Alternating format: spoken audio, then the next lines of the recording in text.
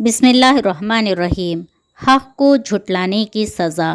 قرآن میں اللہ تعالیٰ فرماتا ہے، ہم نے قوم عاد کے لوگوں کو ان چیزوں کی قدرت دی تھی کہ جن کی قدرت تم کو نہیں دی، اور ہم نے ان کو کان اور آنکھ اور دل عطا کیے تھے، چونکہ وہ اللہ کی آیتوں کا انکار کرتے تھے، اس لیے نہ ان کے کان ان کے کچھ کام آئے، نہ ان کی آنکھیں اور نہ ان کے دل۔ نیند نہ آنے کا علاج۔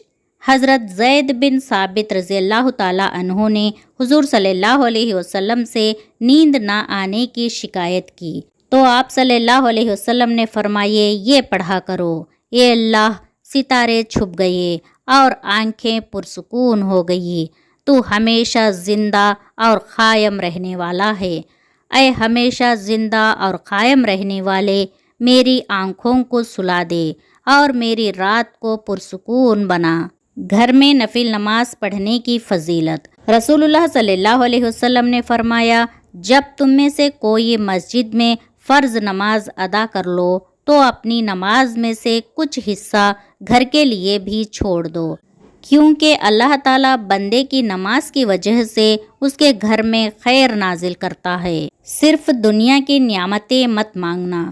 قرآن میں اللہ تعالیٰ فرماتا ہے، جو شخص اپنے اعمال کے بدلے میں صرف دنیا کے انعام کی خواہش رکھتا ہے تو یہ اس کی نادانی ہے کہ اسے معلوم نہیں کہ اللہ تعالیٰ کے یہاں دنیا اور آخرت دونوں کا انعام موجود ہے، لہٰذا اللہ سے دنیا اور آخرت دونوں کی نعمتیں مانگے۔ اللہ تمہاری دعاؤں کو سنتا اور تمہاری نیتوں کو دیکھتا ہے۔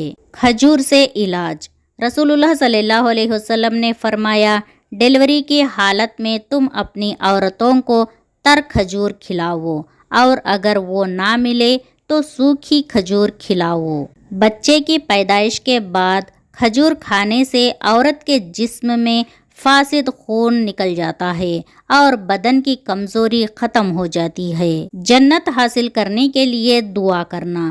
جنت حاصل کرنے کے لیے اس دعا کو کثرت سے مانگے۔ اے میرے رب، مجھ کو جنتوں کی نعمتوں کا وارث بنا دے۔ کنجوسی کرنے کا گناہ۔